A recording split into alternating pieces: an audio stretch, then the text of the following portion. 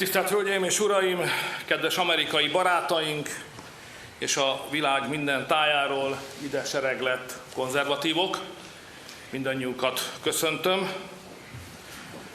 Külön is köszöntöm Václav Klaus barátomat. Az nem meglepő dolog, hogy ő Európa intellektuálisan legbátrabb embere, hiszen amilyen hosszú életet élt, ez igazán el is várható tőle. De hogy még mindig ő legyen közöttünk a legfiatalabb és a legfrissebb, az azért mindannyiunkat meglep. Nagyon köszönjük, hogy eljöttél és itt vagy velünk, kedves Klaus.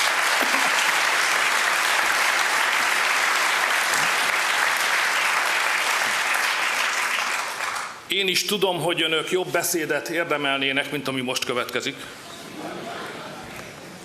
De mindannyian tudjuk, hogy délelőtt sem úszni, sem futni nem lehet világcsúcsot. Kérem, hogy ennek a megértésével fogadják a gondolataimat. Akárhogy is nagyszerű, hogy itt vannak. Szerencsés egybeesés. 1 hónapja nyertük meg a zsinórban 4. választásunkat, és 4 napja alakíthattam meg az 5. konzervatív keresztény kormányomat.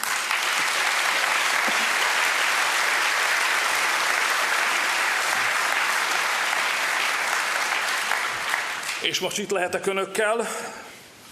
Mindig jó, ha az ember barátok között beszélhet, és az különösen jó, hogyha az ember szavai mögött van fedezet, és mi magyarok most joggal érezzük úgy, hogy a szavaink mögött van fedezet. Barátaim, nagy utat tettünk meg. A 80-as években az egykori keleti blogban illegálisan terjesztett szamizdatokból olvastunk arról, hogy mi történik az Egyesült Államokban. Most pedig itt állunk, és Magyarország ad helyet a Republikáns Párt, a Grand Old Party legfontosabb politikai gyűlésének. Jól emlékszem, hogy akkortájt irigykedtünk önökre. Irigyeltük a demokratikus vita kultúráját, a szabadságot, amelyben a közös dolgaikat rendezték Amerikában. Irigyeltük Reagan elnököt karizmájáért, lendületéért, szellemességért és politikájáért, és persze szurkoltunk neki. Nekünk csak a szürke, öltönyös, kommunista funkcionárusok jutottak, és az általuk használt politikai újbeszél, a fullasztó légkör és a kilátástalanság. Kedves amerikai barátaink, ha látták a Csernobil című sorozatot, lehet elképzelésük arról, hogy miről beszélek. Ebből jutott nekünk 40 hosszú év. Ma pedig otthont adunk ennek a nagyszerű rendezvénynek, amiért szeretnék köszönetet mondani a szervezőknek, de legfőképpen önöknek, akik megtiszteltek bennünket a jelenlétükkel. Minden magyar ember nevében köszönöm az amerikai barátainknak és a többi országból érkezetteknek, hogy megtiszteltek bennünket és eljöttek Budapestre. Mivel járulhatok hozzá a mai gyűléshez? Talán, ha elmondom, hogy hogyan győztünk. Hogyan győztük le először a kommunisták rendszerét. Aztán hogyan győztük le a liberálisokat. És aztán legutóbb hogyan győztük le a nemzetközi liberális baloldal Magyarország ellen egyesített csapatait a választásokon. Elmondom most önöknek, hogyan győztük le őket először, másodszor, harmadszor, negyedszer és ötödször, és hogyan fogjuk őket legyőzni ismét. Ahol a Fradi tábor mondja, még, ennyi nem elég.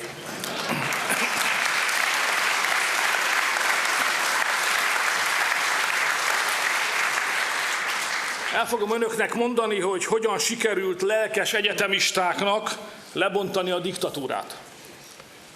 Aztán megtörni a visszatérő kommunisták és liberálisok véleményuralmát, és hogyan sikerült véget vetni a progresszívok közéleti dominanciájának. Elmondom önöknek, miként vált Magyarország a konzervatív és keresztény értékek bástyájává Európában. Persze az én hosszú beszédem helyett mindez elintézhető lenne röviden és egyszerűen is. Patton tábornoktól azt tanultuk, hogy a csata mindenkiből kihozza a legjobbat, és megtisztít mindentől, ami gyengévé tesz. Ez igaz a politikai csatára is. Itt, barátaim, csak a legjobbak maradnak talpon. Vagyis röviden, a győzelem a végső feltétele. A győzelemnek az a végső feltétele, hogy nekünk kell a legjobbakká válnunk. Ha te vagy a legjobb, akkor győzhetsz.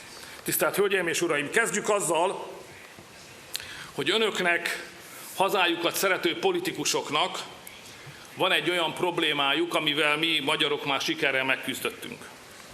Ez a probléma, ha jól látom, Amerikában és Nyugat-Európában is, a progresszív liberálisok közéleti dominanciája. Az, hogy ők ülnek a legfontosabb hivatalok legfontosabb tisztségében. Övék a média meghatározó pozíciói.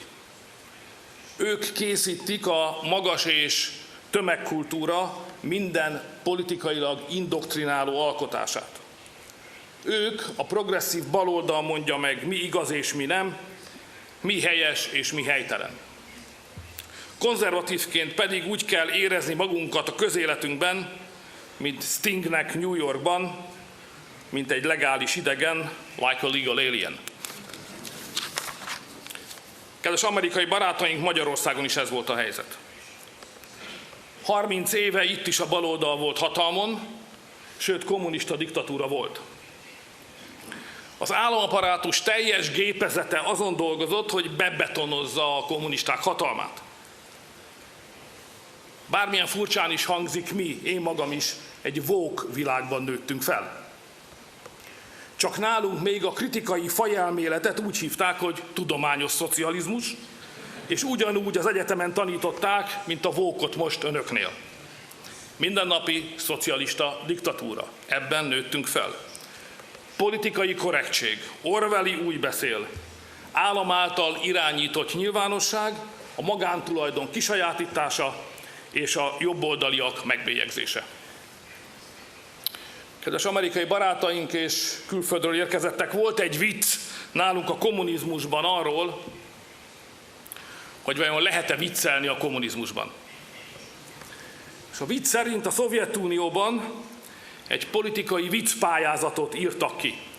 A következő módon: a harmadik helyezett 2 hét all-inclusive utazást nyer Szibériába, a második helyezett 1 évit, az első helyezett pedig egy életfogytiglani utazást. Amerikai barátaink, ha úgy érzik, hogy egyre inkább értik ezt a viccet, ideje elkezdeniük cselekedni.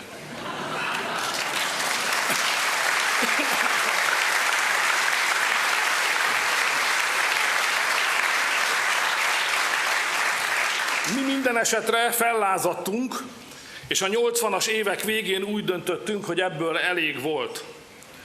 Vissza akartuk szerezni a hazánkat és a szabadságunkat, vissza akartuk szerezni a hazánk szabadságát. A kommunisták válasza nem maradt el. Rendőratak, betiltás, lehallgatások, állami ügynökök beépítése, fenyegetés és zsarolás. Mi kitartottunk és győztünk, a szovjetek ki, a kommunisták le. Azt hittük, végre megkaptuk, amire vágytunk. De tévedtünk. A liberálisok és a konzervatívok ugyan kötöttek egy antikommunista paktumot a diktatúra alatt, de a liberálisok az első adandó alkalommal a kommunisták mellé álltak. Kiderült, hogy ők valójában természetes szövetségesek. Ha nem tévedek, ilyesfajta bűnben fogant Frigyet az Egyesült Államokban is láttak már. Summa summarum, az első választás után a posztkommunisták, liberálisok és progresszívek által uralt közélet 2 várra fektette a magyar jobboldalt. Amikor 2016-ban Donald Trump barátom megnyerte önöknél az elnökválasztást, egyik fő ígérete az volt, hogy le kell csapolni a mocsarat. Trump elnök úrnak elvitathatatlan érdemei vannak. De mégsem választották újra 2020-ban. Pontosan úgy járt, ahogy mi jártunk az első konzervatív keresztény kormányunkkal 2002-ben. Kiválóan kormányoztunk, ennyi szerénytelenséggel talán ilyen sok év távlatában megengedhetek magamnak. Kiválóan kormányoztunk, de a magyar baloldal mocsara lehúzott bennünket. És aztán 2002 és 2010 között az történt, ami ilyenkor lenni szokott. A szocialisták elköltötték az emberek pénzét. Magyarország eladósodott, a gazdaság recesszióba esett, az infláció elszabadult, a munkanélküliség nőtt, az emberek pedig nem tudták kifizetni a számláikat. Az erőszak elszabadult az utcákon, félkatonai csoportok masíroztak, rég volt, de emlékezzenek rá, etnikai alapú gyilkosság sorozatok borzolták a kedélyeket. A rendőrséget a baloldal annyira leépítette, hogy nem volt képes fenntartani a minimális rendet sem. A jog nem az áldozatokat, hanem az elkövetőket védte. Kedves amerikai barátaim, azt hiszem, már önök is láttak ilyet. Azt tartja a Szentírás, gyümölcséről ismerszik meg a fa. Hát, a progresszív kormányzás gyümölcse magáért beszél. Gazdasági csőd és utcai erőszak. Ha baloldali kormány kerül hatalomra, a történet vége szinte mindig ugyanez. De kedves barátaim, 2002-ben a választási vereség után megmaradt csapatainkból népmozgalmat és szellemi ellenállást szerveztünk. Nem védekeztünk, nem törődtünk bele a kisebbségi helyzetünkbe, győzelemre játszottunk, és meghirdettük a rekonkvisztát. Kedves barátaim, a terv sikerült, 2010-ben visszatértünk. Beletettünk 8 évet. Lépésről lépésre, tégláról téglára harcoltunk és építkeztünk. A recept elkészült. Magyarország az a laboratórium, ahol a progresszív dominancia ellenszerét kikísérleteztük. Mi már levetettük a laboratóriumi orvosi köpenyt, Magyarország most tavasszal megkapta a 4. dózist, és jelentem, a beteg teljesen meggyógyult.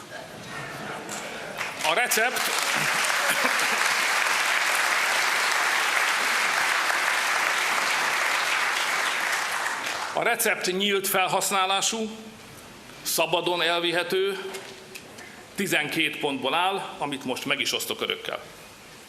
A 12-es, külföldi barátainknak mondom, a magyar szabadságharcosok szerencseszáma. A magyar recept első pontja: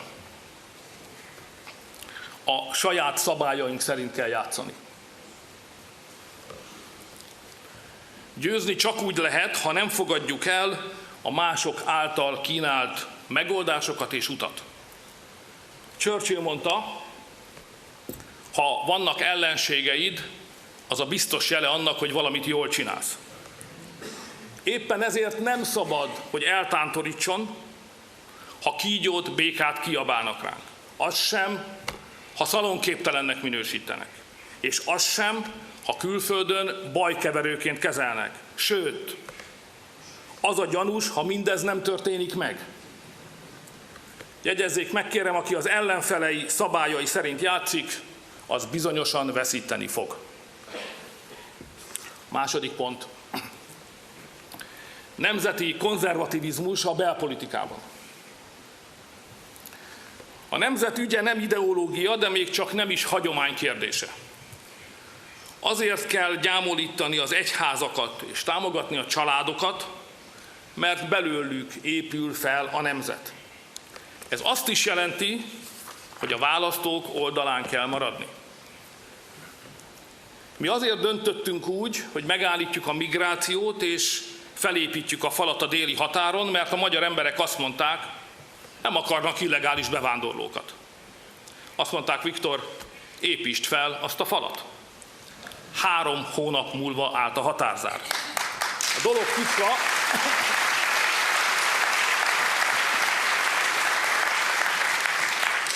A dolog titka, hogy nem kell túl gondolni. A magyar kerítés egy egyszerű drótkerítés. Mozgásérzékelőkkel, őrtornyokkal és kamerákkal. De ha az emberek meg akarják védeni az országukat, ez éppen elég. A progresszívek Achilles sarka pontosan az, hogy ők a vágyálmaikat akarják rákényszeríteni a társadalomra.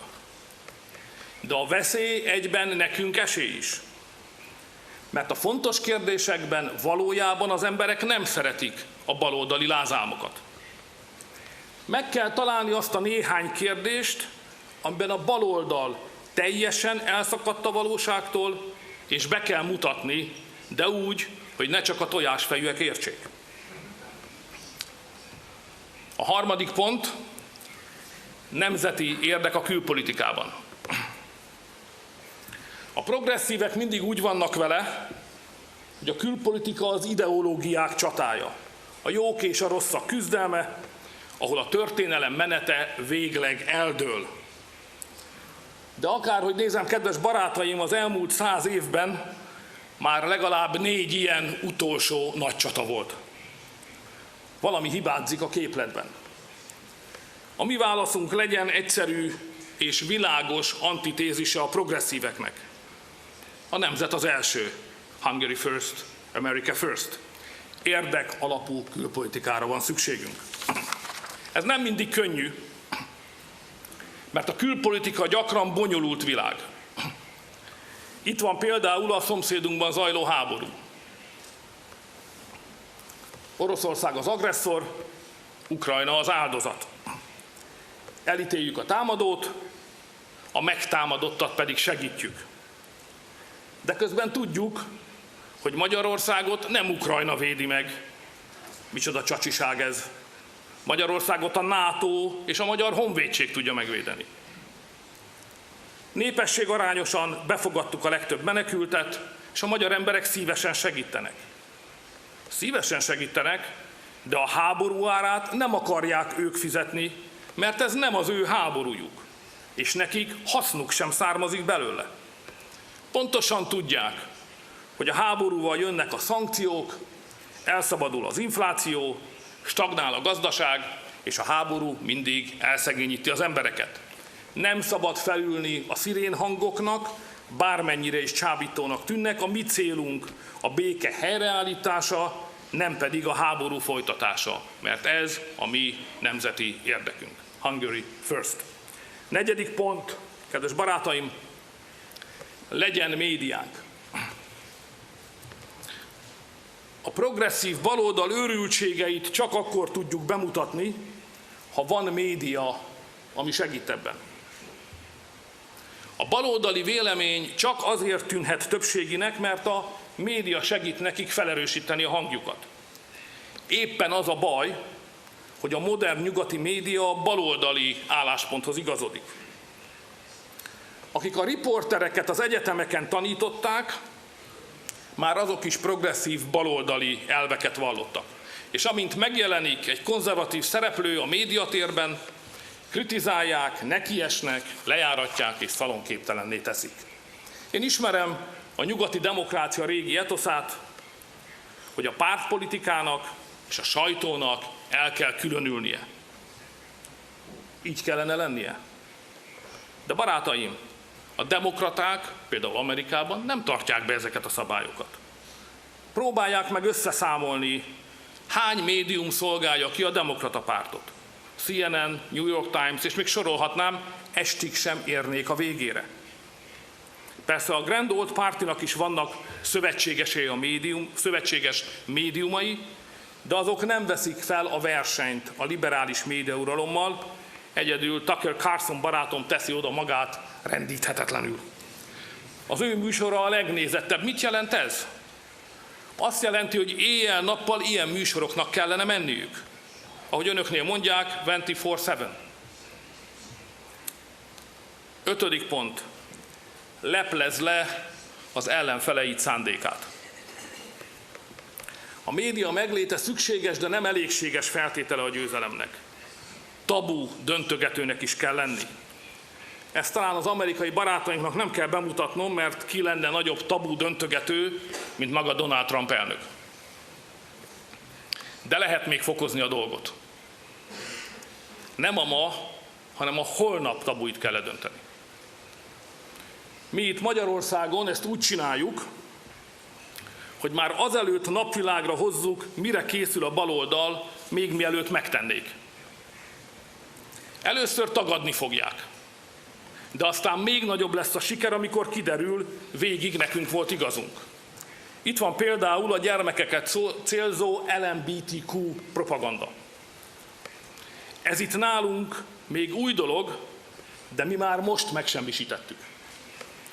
Mi ezt az ügyet napvilágra hoztuk, és népszavazást tartottunk róla.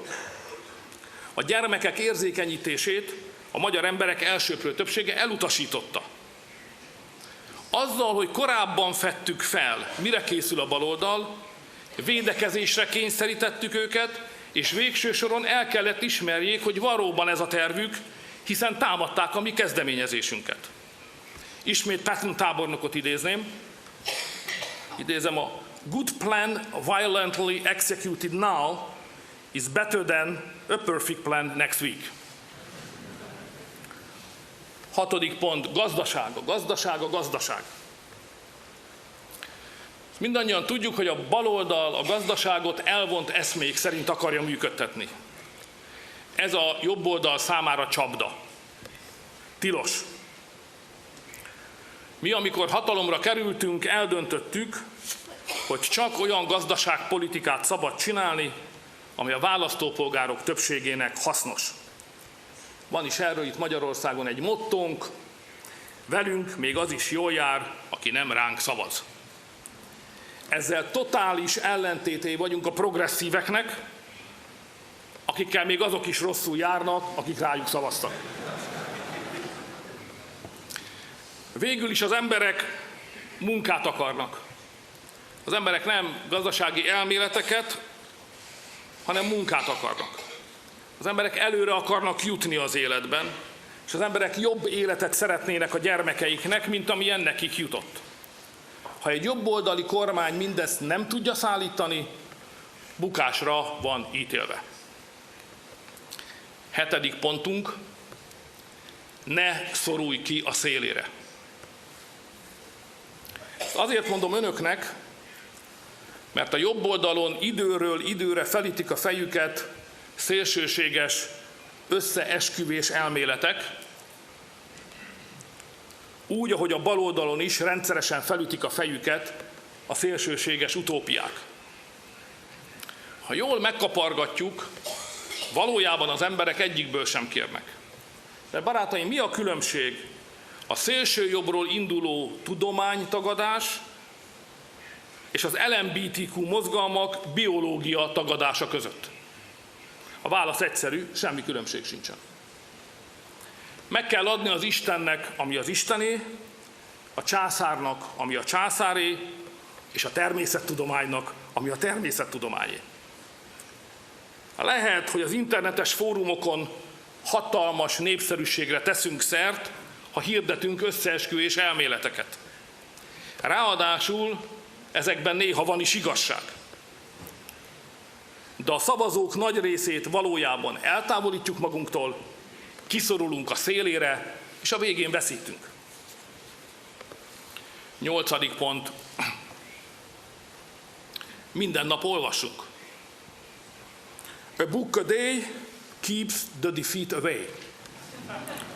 Tudom, hogy ez furcsáhat, nem vagyok tudós ember, de a helyzet az, hogy a bonyolult dolgok megértésére és átadására a könyveknél eddig még nem találtak fel jobb eszközt.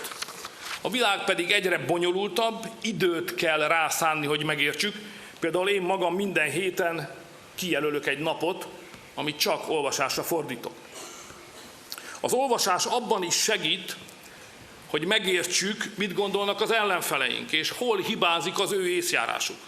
Ha ez megvan, a többi már csak technikai munka. Le kell fordítani mindezt a hétköznapi cselekvés és a politikai kommunikáció nyelvére. Igaz, hogy a spin doktor egy hasznos állatfajta. De megérteni a problémát, azt nekünk, politika csinálóknak kell. 9. pont. legyen hited. A hit hiánya veszélyes. Ha valaki nem hiszi, hogy lesz egyszer végelszámolás, és a tetteiért majd felelnie kell az Úristen előtt, akkor úgy van vele, bármit megtehet, ami hatalmában áll. Ezért bátorítsuk a fiatal konzervatív politikus növendékeket, hogy foglalkozzanak a hitélettel. Ezt eleinte én sem tartottam fontosnak, de megtanultam, hogy ha rászánjuk az időt a hitünkre, akkor a sikerek is könnyebben jönnek. 32 éve vagyok képviselő, és a 17. miniszterelnöki évemet kezdem. Én hallgattam Ézsaiás prófétára, aki azt mondja, ha nem hisztek, nem maradtok meg. A politikában ez a törvény, kedves barátaim. 10. pont, keresd barátokat. Ellenfeleink a progresszív liberálisok és neomarxisták végtelenül egységesek. Védik egymás hátát. Ezzel szemben mi konzervatívok képesek vagyunk a legkisebb ügyben is összeveszni egymással.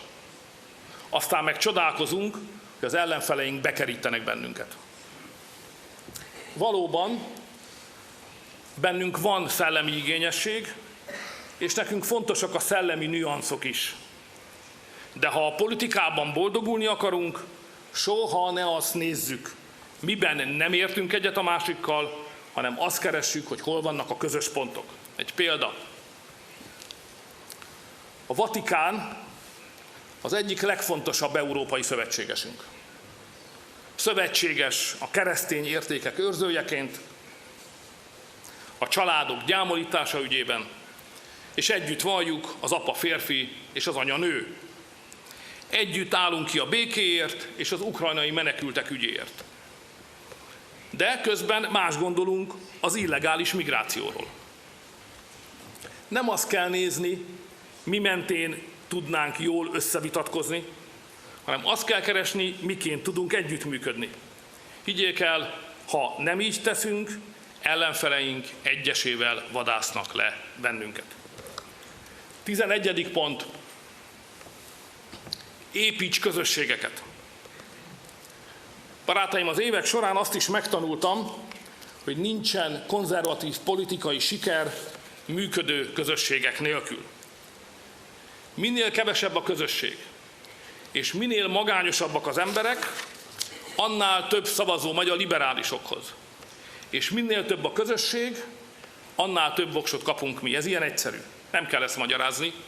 Az Egyesült Államokban találjuk a világ legjobban működő klubjait, társaságait és közösségeit.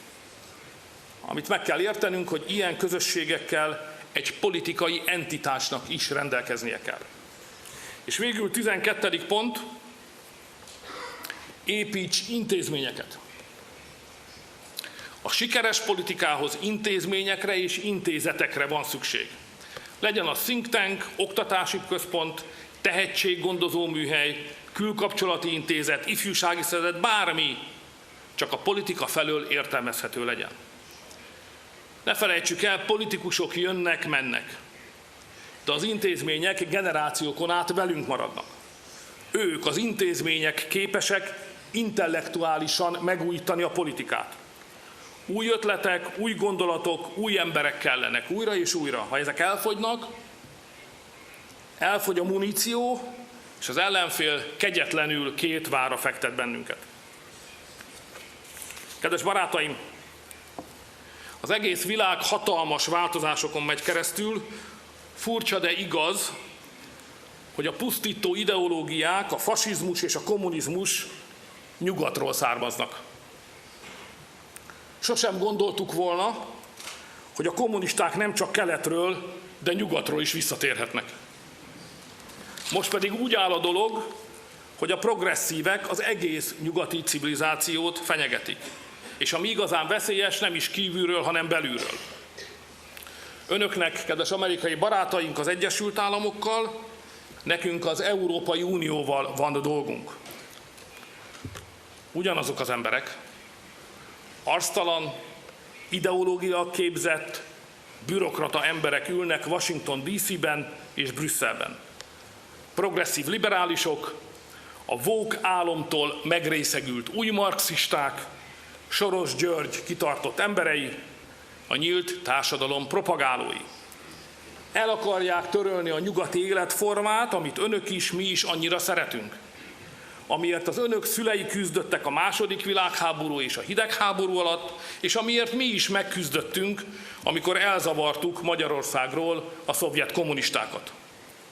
Barátaim, fel kell vennünk a harcot, és ebben a harcban csak együtt és csak szervezetten lehetünk sikeresek. Vissza kell vennünk az intézményeket Washingtonban és Brüsszelben. Barátokra kell lennünk, és szövetséges kell találnunk egymásban, koordinálnunk kell csapataink mozgását, mert nagy megmérettetés előtt állunk. 2024 sorsdöntő lesz.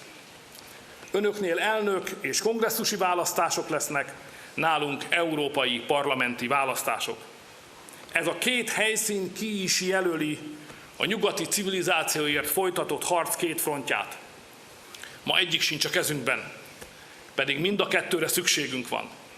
2 évünk van, hogy felkészüljünk. A magyar lecke az, hogy nincs csodafegyver, csak meló van. Csinálni kell. Menjünk és csináljunk. Thanks and good luck.